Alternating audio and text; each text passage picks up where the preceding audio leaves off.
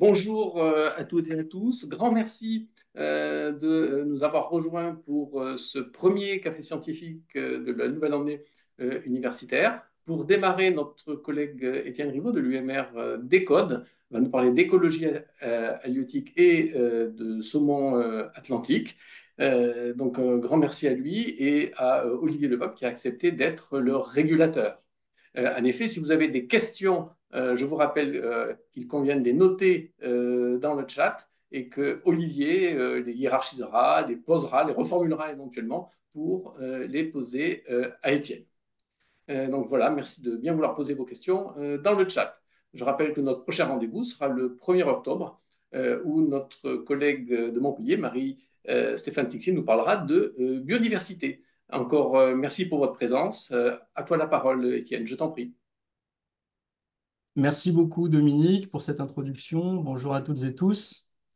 Bonne rentrée à toutes et tous également.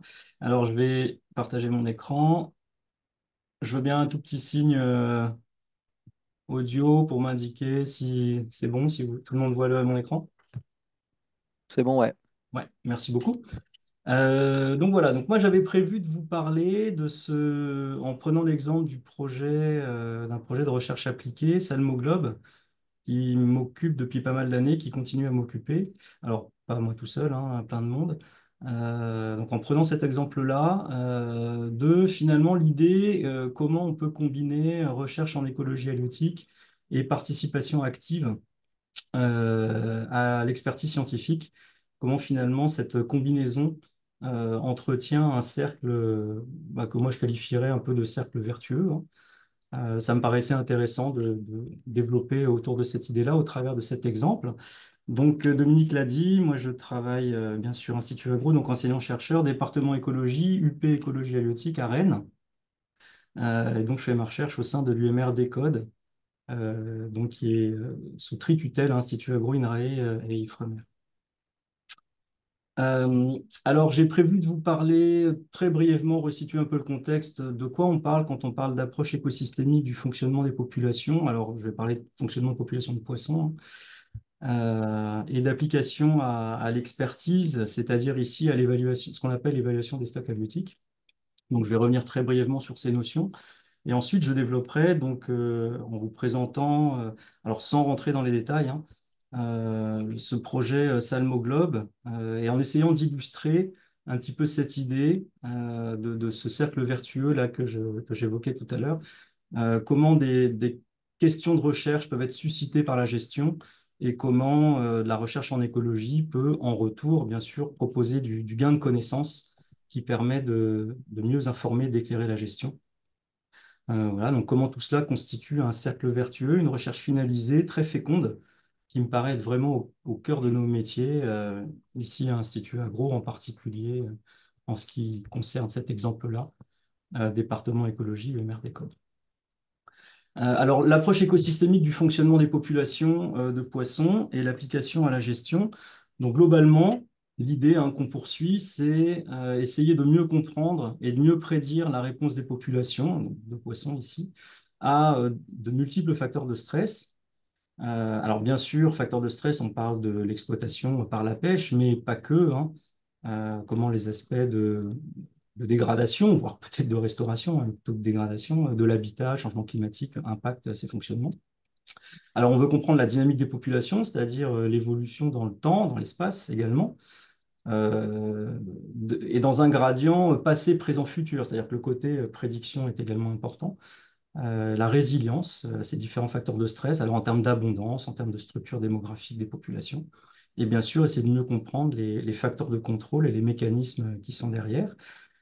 Et tout cela dans une perspective d'éclairer la gestion. Alors, on parle d'évaluation de l'état des populations, c'est-à-dire être capable de dire, par exemple, l'abondance, comment elle se situe par rapport à des niveaux de référence, et puis proposer des avis pour la gestion. Donc, typiquement, être capable de proposer des avis pour fixer une exploitation dite durable.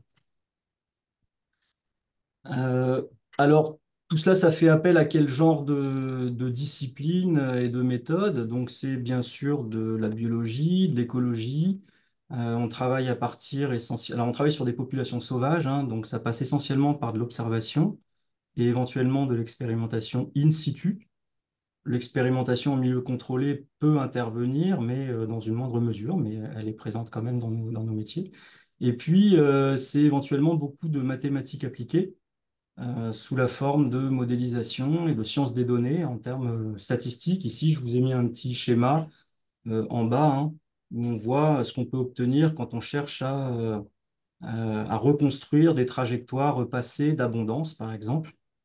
On va chercher à quantifier l'incertitude. Et puis, dans les aspects prédiction, on va avoir ces notions de prédiction sous différents scénarios. Ça peut être des scénarios de gestion, des scénarios de changement climatique, avec ces quantifications de l'incertitude qui sont toujours une question assez importante. Donc ici, l'entrée modélisation, sciences des données qui est assez importante. Et bon, dans ce que je fais, c'est assez marqué. Je vais vous parler de saumon atlantique.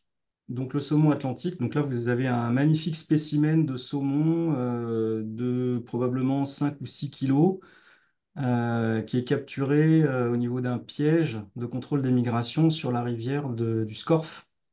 Donc, un des deux cours d'eau avec le Blavet hein, qui se jette dans la rade de l'Orient, pour ceux qui connaissent.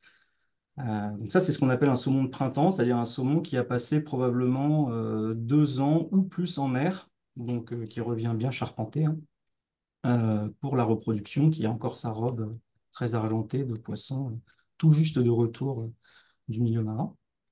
Donc on va parler de cette espèce. Alors, pourquoi on s'y intéresse hein donc le saumon atlantique, c'est un poisson migrateur amphihalin, donc qui partage son cycle de vie entre l'eau douce et la mer. Il se reproduit en eau douce, il va plutôt grandir en mer. Il est distribué partout dans l'Atlantique Nord. Vous avez à droite une carte très grossière, très schématique des routes de migration marine du saumon. Donc vous voyez que les populations dites européennes, donc de la façade est de l'océan Atlantique, donc les flèches rouges, elles vont migrer jusqu'au large du Groenland et elles vont rencontrer les populations nord-américaines. Donc on a des saumons atlantiques des deux côtés. Et donc, côté Amérique du Nord, il en reste encore un tout petit peu aux États-Unis, mais les populations ont été très, très largement abîmées, notamment par les constructions de barrages. Par contre, il y en a encore pas mal sur toutes les côtes canadiennes, jusqu'au Labrador. Donc, des routes de migration, on va dire, globalement assez bien connues. Alors, voilà un cycle de vie assez caractéristique qui fait que ces poissons-là sont exposés à de multiples facteurs de stress dans le continuum terre-mer et à plusieurs échelles spatiales, c'est-à-dire ici qu'ils vont rencontrer des facteurs de stress qu'on va qualifier de plutôt locaux.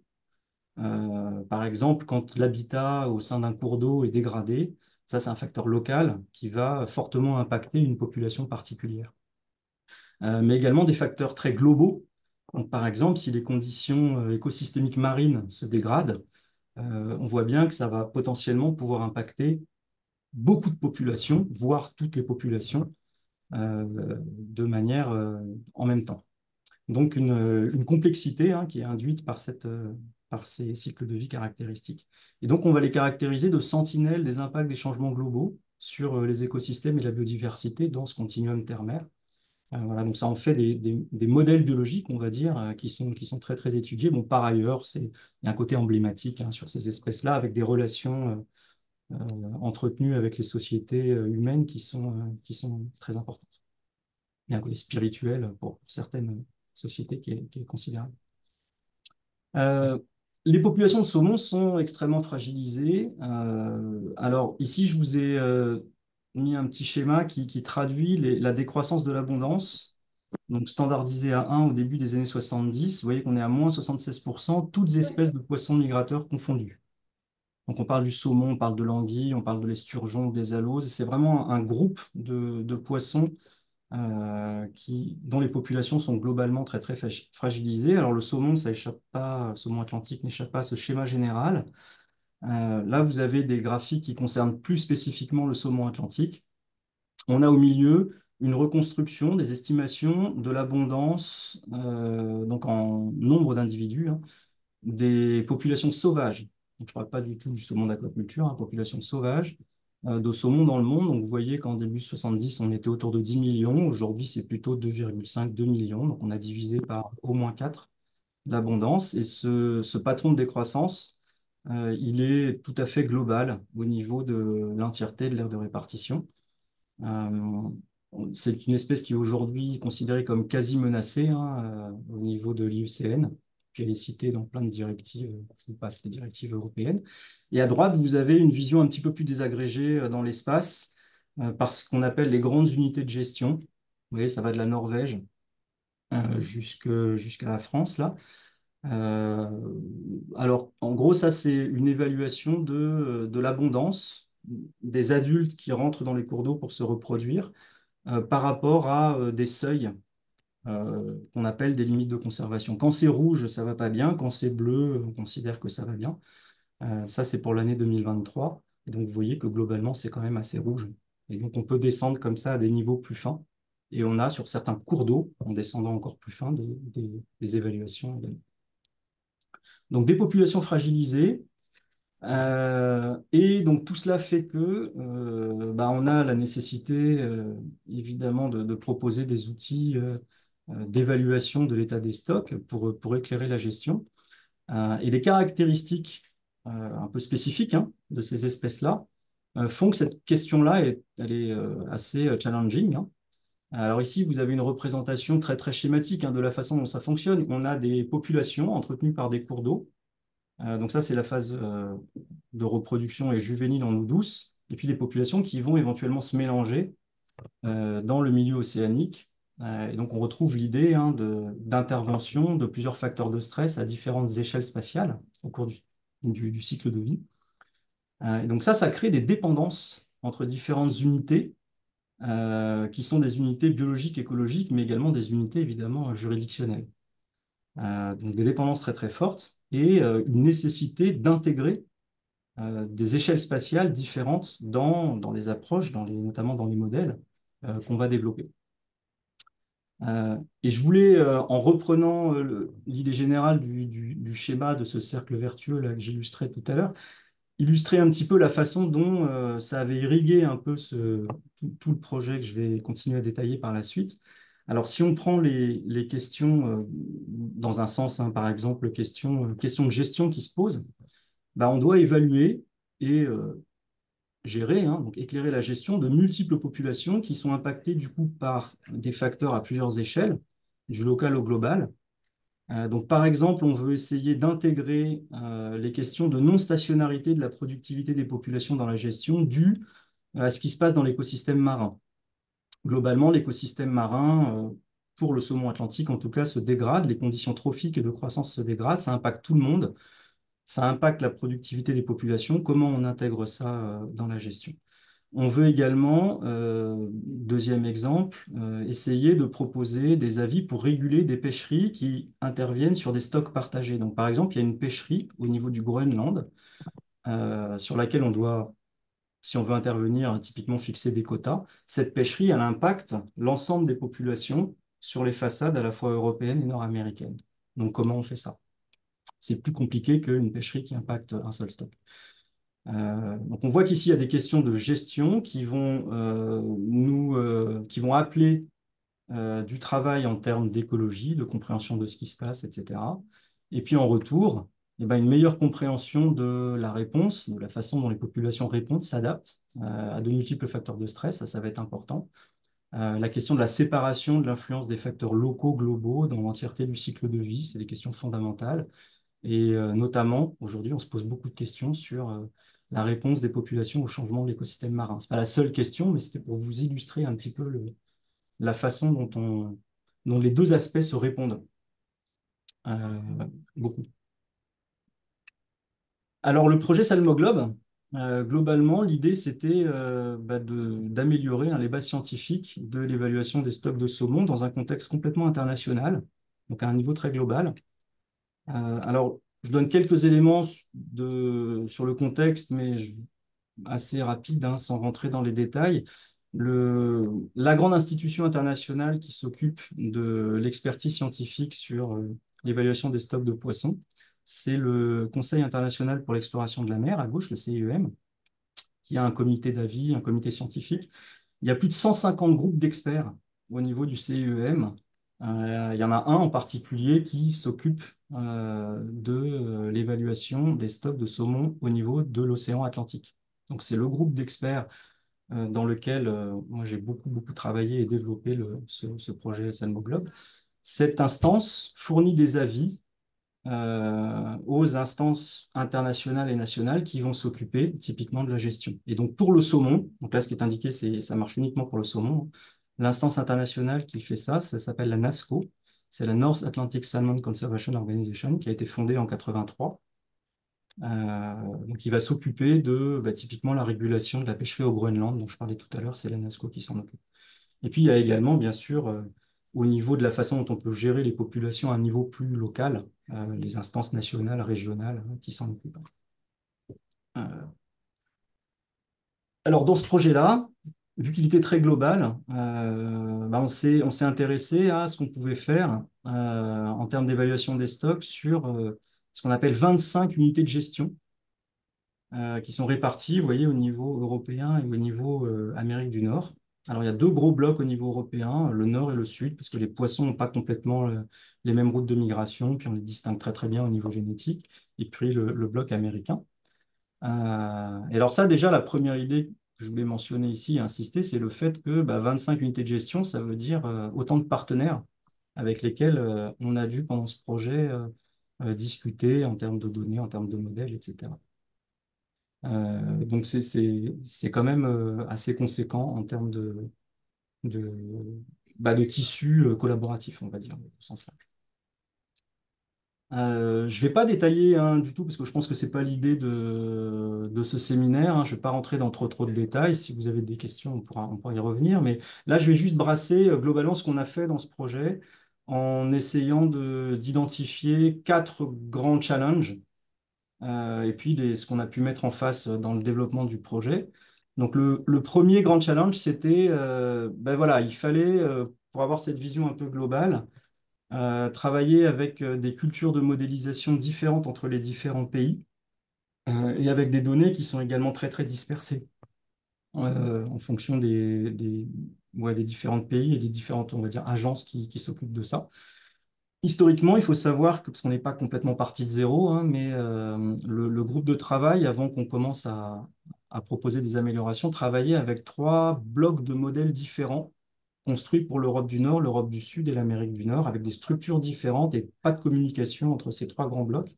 Donc ça rendait les choses compliquées, un peu illisibles, et puis très difficile de fournir des avis un peu centralisés sur justement qu'est-ce qu'on fait au Groenland quand on sait que ça impacte tout le monde.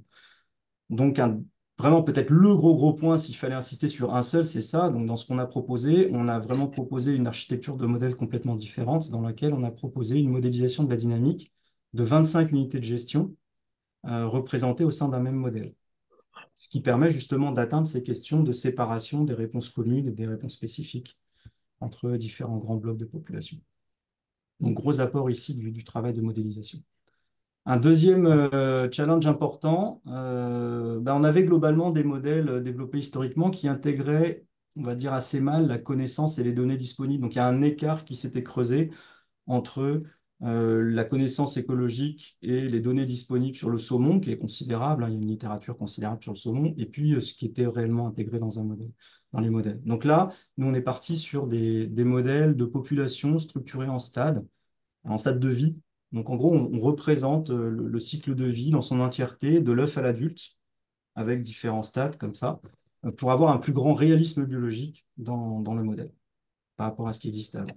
Troisième challenge, la question de l'incertitude était mal quantifiée et donc, du coup, dans les côtés projection, sous-estimer l'incertitude, ça veut dire sous-estimer les risques quand on prend des décisions. Donc, en théorie de la décision, c'est pas bon. Donc on s'est placé dans un cadre de modélisation avec des approches statistiques bayésiennes qui permettent d'intégrer les données de façon propre et puis de quantifier, de propager les incertitudes dans les modèles. Donc ça, c'est un volet très technique. Et puis, peut-être encore plus technique ensuite, les modèles qu'on développe, il faut aussi qu'ils soient opérationnels hein, pour l'expertise. Et donc, on a fait un gros travail, surtout sur la fin du projet, en termes de programmation, de packaging, de manière à ce que ce soit transféré avec un volet aussi capacity building au sein du groupe pour pas qu'il y ait juste 1 ou 2 personnes qui soient capables de manipuler les modèles. Donc voilà, très schématiquement ce qui a été développé au cours de ce projet. Alors tout ça, ça s'est pas fait du jour au lendemain. Ça correspond vraiment à un investissement sur le long terme. Là, je vous ai proposé une fresque un peu historique, mais pour vous indiquer qu'on a commencé à travailler sur ce projet pendant le projet européen Econos pendant les années 2011-2015, avec des premières ébauches des modèles de cycle de vie construits juste à l'échelle d'une unité de gestion qui était l'Écosse, parce que c'est là où on avait plus de facilité à avoir les données à l'époque. Ensuite, il y a eu d'autres projets où on a agrégé plein d'unités de gestion ensemble. Et vous voyez les personnages qui apparaissent, ce sont des doctorants qui ont travaillé avec moi et d'autres sur ces projets. Et puis on est arrivé au tout début des années 2020 ou fin des années 2010 à un stade où on avait à peu près toutes les pièces du puzzle, mais il fallait travailler sur la consolidation de la chaîne de traitement un peu, justement pour amorcer ce côté transférabilité.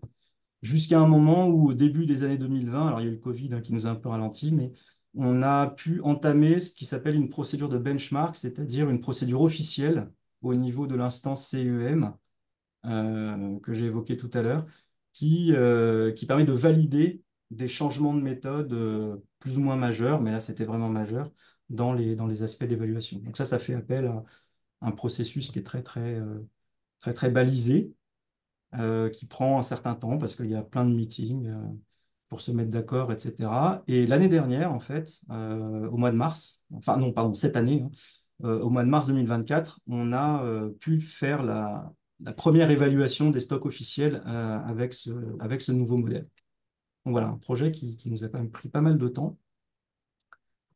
Euh, Peut-être, j'arrive sur la fin, hein. Peut-être juste deux ou trois images pour vous donner un petit peu des idées du type de résultat, hein.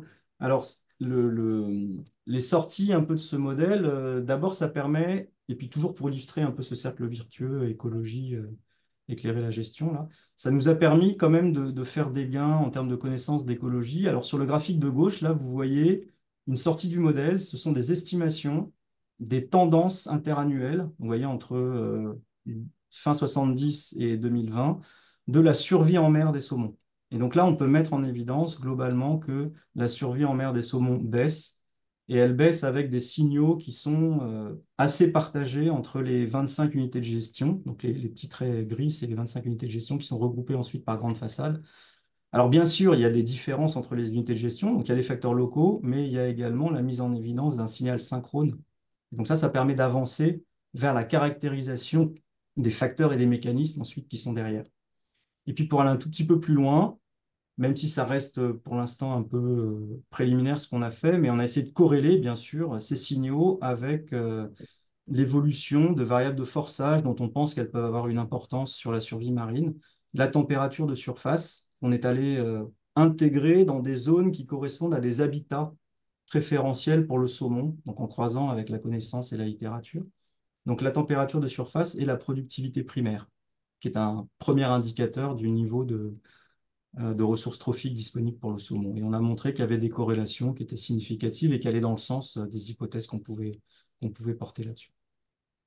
Et puis, un volet un petit peu applicatif, hein, bah, ce modèle, on s'en sert aussi pour, je l'ai dit tout à l'heure, proposer par exemple des avis en termes de régulation de la pêche au Groenland. Donc sur ce graphique-là, vous avez une sortie du modèle qui permet, pour différentes options de quotas de capture au Groenland, vous voyez en bas, entre 0 et 100 tonnes, on va être capable de quantifier la probabilité que les retours de saumon adultes, donc après cette pêcherie au Groenland, dans les différentes unités de stock, atteignent un certain seuil de conservation. Alors bien sûr, cette probabilité d'atteindre les limites de conservation, elle diminue, vous voyez, quand on augmente les captures. Et puis le gros trait rouge en bas, c'est la probabilité que toutes les unités de gestion atteignent simultanément leurs limites de conservation. Donc ça, c'est intéressant parce que c'est globalement ce qu'on veut faire quand on fait de la gestion de plein de populations ensemble. On veut que toutes les populations se portent bien. On ne veut pas juste cibler sur l'une ou l'autre. Et bien sûr, cette probabilité, elle est très proche de zéro. Donc ce qui conduit aujourd'hui à formuler un avis qui est très peu de pêche au Groenland. Je conclus pour laisser du temps pour un peu de temps pour la discussion. Voilà, mon idée ici, c'était d'illustrer comment toute cette démarche hein, de recherche et également de formation par la recherche qui a été suscitée par ce projet Salmo Globe, alors qui n'est pas terminé, hein, parce que ça continue encore. Comment ça a alimenté une dynamique de recherche féconde au cœur de nos métiers. Euh, voilà, pour revenir sur cette idée on a vraiment alimenté ce cercle vertueux, hein, recherche-expertise, euh, que moi je considère comme un cercle vertueux. En tout cas, cette expérience-là, s'il fallait la refaire, moi je le referais bien volontiers. C'est un investissement de long terme, hein, c'est-à-dire que euh, je pense qu'on est nombreux à rencontrer cette question-là, mais là en particulier, ce qui explique ce, ce- cette longue durée hein, qu'il nous a fallu pour mettre en place ce modèle, il y a quand même pas mal de défis qu'il a fallu relever en termes d'intégration spatiale hein, à l'échelle de l'Atlantique Nord, articuler les échelles, mise en cohérence des données, plein de problèmes computationnels, enfin des défis de modélisation que je passe ici. Et puis, ça moi je l'analyse maintenant, mais quand même beaucoup de temps passé en termes de concertation, de consensus, pour atteindre des consensus avec tous les experts nationaux qui participent à ce groupe de travail. Je ne l'ai pas dit, mais c'est à peu près 40 personnes hein, qui participent à ce groupe. Voilà, pour emmener tout ça, bah, c'est quand même une dépense d'énergie et puis bah, ça prend du temps pour convaincre tout simplement. Mais ça se comprend hein, quand on propose des changements de méthode, il faut que tout le monde soit d'accord et puis tout le monde y trouve un intérêt certain. Une recherche finalisée, mais qui est aussi complémentaire d'une recherche plus fondamentale. Donc, on l'a vu un peu dans la fresque, mais il y a eu 3 projets européens hein, qui alimentent ça, dont un qui est en cours, là, le dernier, Diaspara. Des collaborations également avec l'Amérique du Nord. Des interactions très fortes avec un pôle ici qu'on a avec l'OFB sur la gestion des poissons migrateurs dans leur environnement, donc auquel je participe aussi, hein, qui était très acteur là-dedans. 2 thèses, 3 postdocs, des Master 2, des Master 1, également des projets d'ingénieurs. Moi, je m'en sers dans mes enseignements et puis pour alimenter des petits projets. Il y en a eu un avec l'aspect data science avec Marie-Pierre Etienne et puis des projets dans l'aspect, bien sûr, halieutique. Et puis 2 thèses, une passée et puis une qui va démarrer cette année, cofinancée par Institut Agro, sur des questions plus fondamentales autour des aspects de démographie évolutive. Là, on descend en termes d'échelle spatiale, on va travailler sur des données plus fines pour travailler plus sur des aspects évolutifs.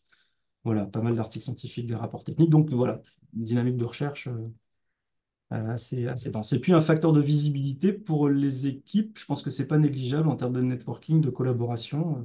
C'est sûr que ça, ça- c'est assez visible en fait ce genre de choses. La sortie en termes d'expertise permet aussi de gagner en visibilité. Voilà, j'ai terminé les diapositives. J'espère que j'ai pas été trop long. Merci de votre attention. Et puis, je vais peut-être départager mon écran. Et puis, Merci Étienne. En fait, on a un petit peu 2 auditoires là, puisque c'est à la fois un café des sciences et puis on a notre UMR qui a été informé, donc une partie des gens a suivi le speech comme on le fait en webinaire interne d'habitude. Je suggère que une première partie de discussion hein, soit destinée à l'aspect grand public, c'est-à-dire les collègues de l'Institut Agro euh, extérieurs à notre unité qui pourraient avoir des questions un peu générales comme dans les autres cafés des sciences. Pour l'instant, il n'y a rien dans le chat, c'est pour ça que je dis je suggère. Et puis derrière, on pourra passer à un échange un peu plus interne des codes si vous êtes OK.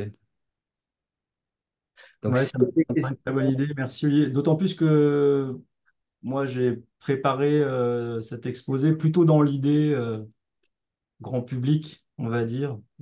J'ai pas mal simplifié les côtés techniques et d'écologie.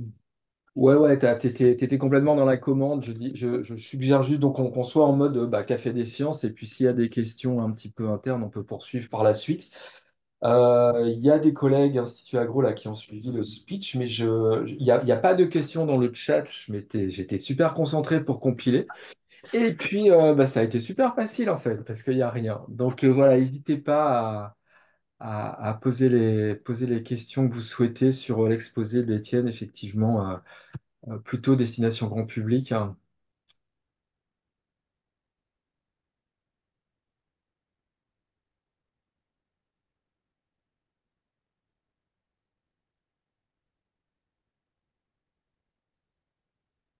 Je vois rien du tout arriver. Non, moi non Alors, on va plus. passer en phase question UMR des codes, écologie voilà, enfin, mais en tout cas, n'hésitez pas hein, pour les collègues Institut Agro, si vous avez des questions qui vous viennent après, il n'y a aucun souci, merci.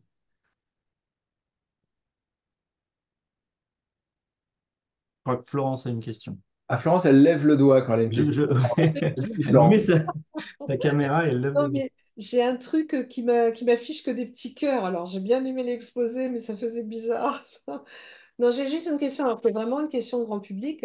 Merci, Étienne, hein, pour l'exposé. Ça montre quand même une situation assez alarmante hein, en termes de perte de biodiversité. Tu parlais d'un effondrement, hein, je crois, de 76%. Je ne sais plus, c'est ça, hein, quelque chose Ouais. comme ça.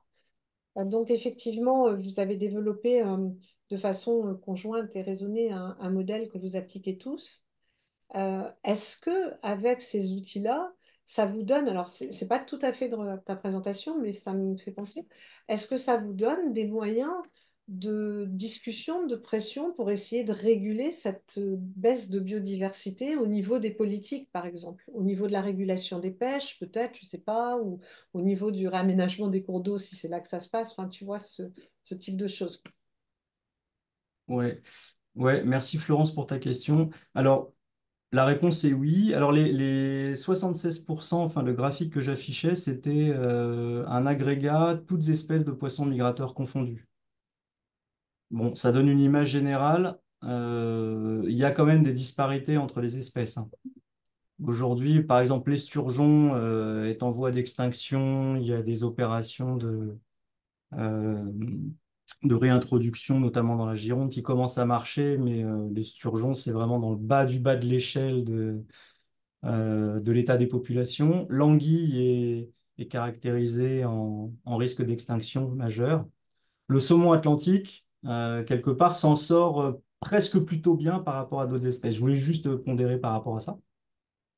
Euh, sur le saumon atlantique en particulier, oui, bien sûr, ce qu'on fait là, à un niveau international, ça a un impact assez fort. C'est-à-dire que la NASCO, là, la North Atlantic Salmon Organization, elle a une voix assez forte et elle est capable de faire du lobbying après pour aller intervenir sur les aspects vraiment gestion. Elle intervient très très concrètement sur la régulation des pêcheries. Donc ça, mais c'est un moyen quelque part évident et facile, on va dire, réguler les pêcheries pour protéger les espèces. Mais il y a eu beaucoup de réduction des pêcheries de saumon depuis les 30, 40 dernières années. L'exploitation était assez massive au début des années 80. Aujourd'hui, l'exploitation commerciale, en tout cas, est complètement résiduelle. Il y a encore une exploitation par la pêcherie récréative. Mais la NASCO pousse pour que ça s'abaisse et qu'on tende vers ce qu'on appelle du no-kill au maximum, c'est-à-dire de la pêche récréative sans conserver les poissons. Et ça irrigue, ça, les stratégies de gestion après au niveau national. Sachant que pour les pêcheries récréatives, c'est quand même les pays, voire des échelons plus fins au niveau des pays, qui ont la main. La NASCO, elle ne fournit que des avis. Mais les États signent des conventions et sont enclins de suivre ça. Donc oui, il y a un effet. Après, il y a d'autres aspects probablement plus importants en termes de capacité à enrayer ce déclin des populations. C'est par exemple tout ce qui concerne l'habitat. Tu vois, les programmes d'arasement de barrages aujourd'hui, on voit bien que, on va dire, la voie environnementale de restauration de la continuité écologique, je ne sais pas si on peut dire qu'elle a beaucoup de poids, mais en tout cas, elle en a beaucoup plus qu'il y a 30 ans, quoi. Et donc, il y a aujourd'hui des politiques à ce niveau-là qui sont, dans pas mal d'endroits, ça va plutôt dans le bon sens, on va dire. L'exemple de l'arasement des barrages de la Sélune sur la Sélune, là, dans la baie du Mont, en est un exemple typique, hein, avec une recolonisation qui est enclenchée et qui marche, quoi. Ok. Dans la continuité, Étienne, tu as une question de Dominique Vollet sur les aspects transcription en termes de gestion. Euh, Ouais.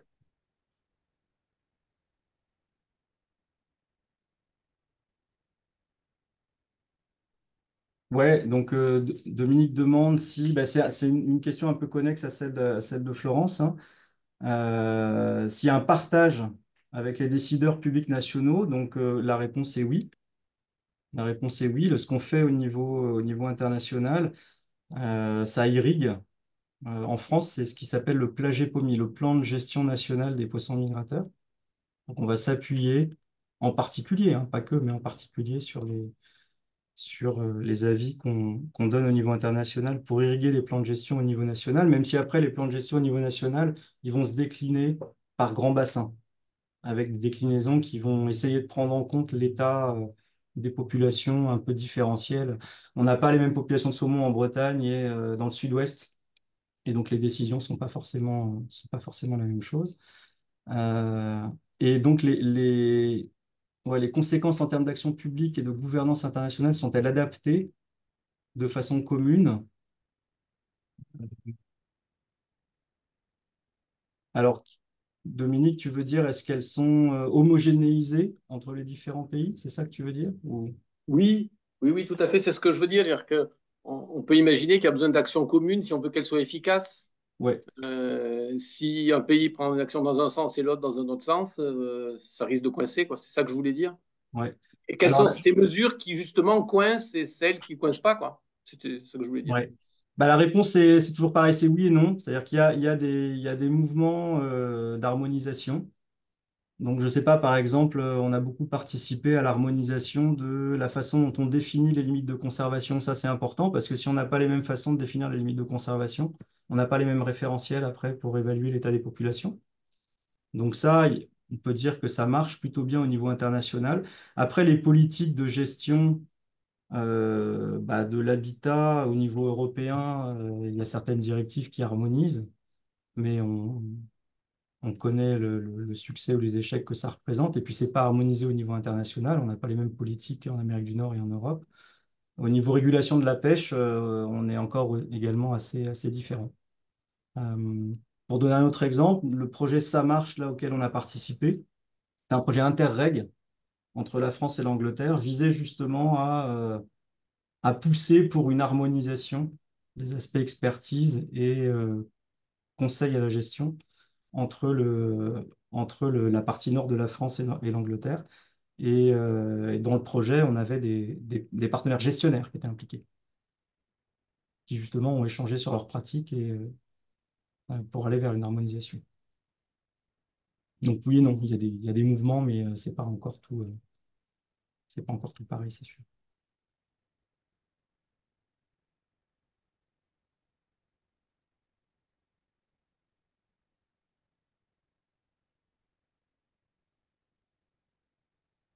Ouais, je vois pas d'autres questions. non, bah, on va passer en mode open. Dans ce cas-là, s'il y a des questions côté des codes, n'hésitez pas avec la bonne vieille méthode Olivier Déséral, un peu plus interactive. Donc vous levez la main et peut-être qu'on vous donne la parole ou pas, ça dépend. Voilà.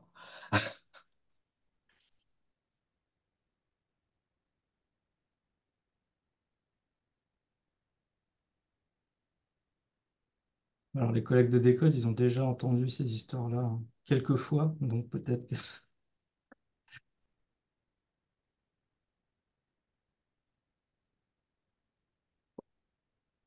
Oui, c'est vrai que dans les gens que tu as cités, il y en a certains qui ont déjà fait des exposés. Je pense que les autres, enfin, notamment les postdocs comme Quentin assez récemment, etc. Mm. Non, et ben s'il n'y a pas de questionnement, bah, il va nous rester à te remercier alors, dans ce cas-là. Toujours dur la rentrée en Eh termes ben de... merci, ouais, merci à tout le monde. Merci beaucoup, Étienne. Et À la prochaine, au prochain Café des Sciences et au prochain décodage côté UMR alors. Merci beaucoup.